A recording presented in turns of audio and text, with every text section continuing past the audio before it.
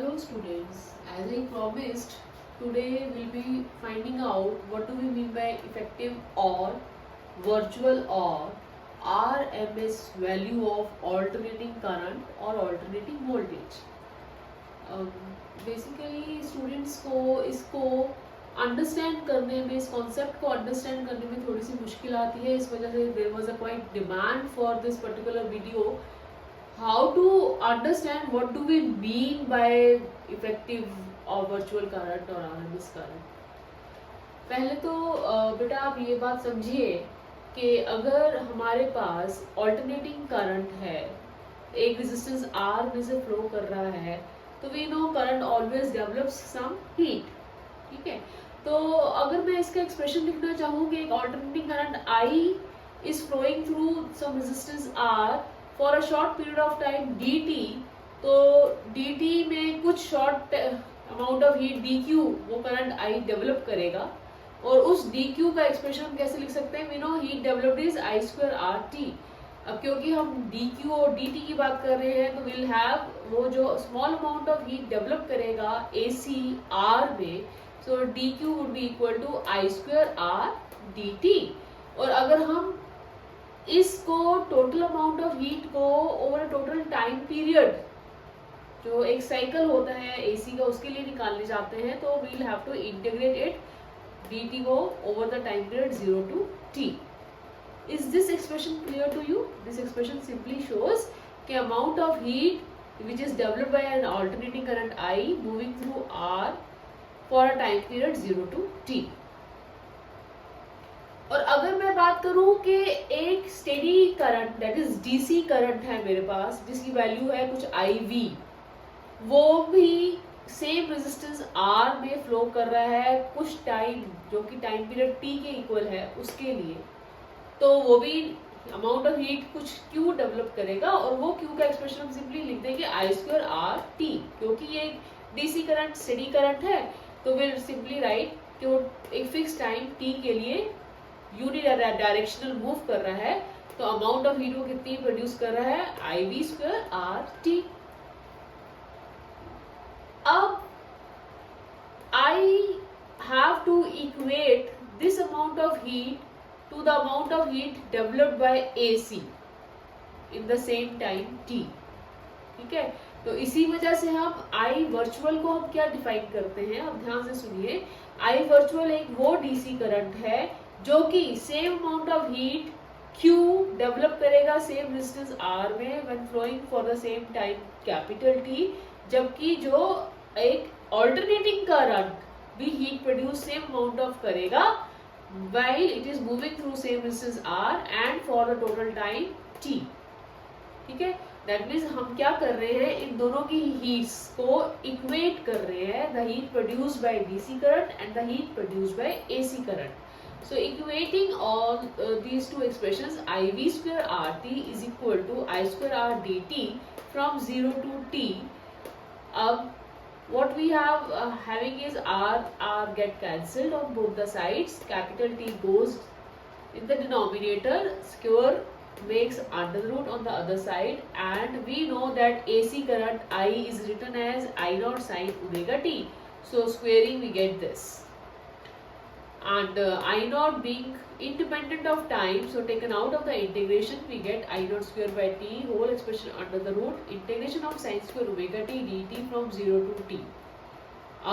We can solve this integration using the formula sin square theta, which is equal to 1 minus cos 2 theta by 2, and by using it we can find out the sum of this total integration. We get the answer comes out to be 1 by root 2. So we get IV is equal to I naught by root 2. Naturally this capital T get cancelled when you write omega as 2 pi by t. What you have to do is you have to write omega as 2 pi by capital T. So you will find that capital T in the denominator gets removed. And what we get is IV is equal to I naught by root 2. One thing more beta, whenever you attempt these derivations or such questions in an exam, as a physics examiner, we don't expect the student to find out the integration and show it to us. You can simply quote the value of the integration and you can write down the formula uses this. No examiner will cancel or deduct marks for this, because right now we are not checking your calculus solving skill, which is a basically mathematical problem. So we can simply write this, that we have used this formula, and we can find out the value like this.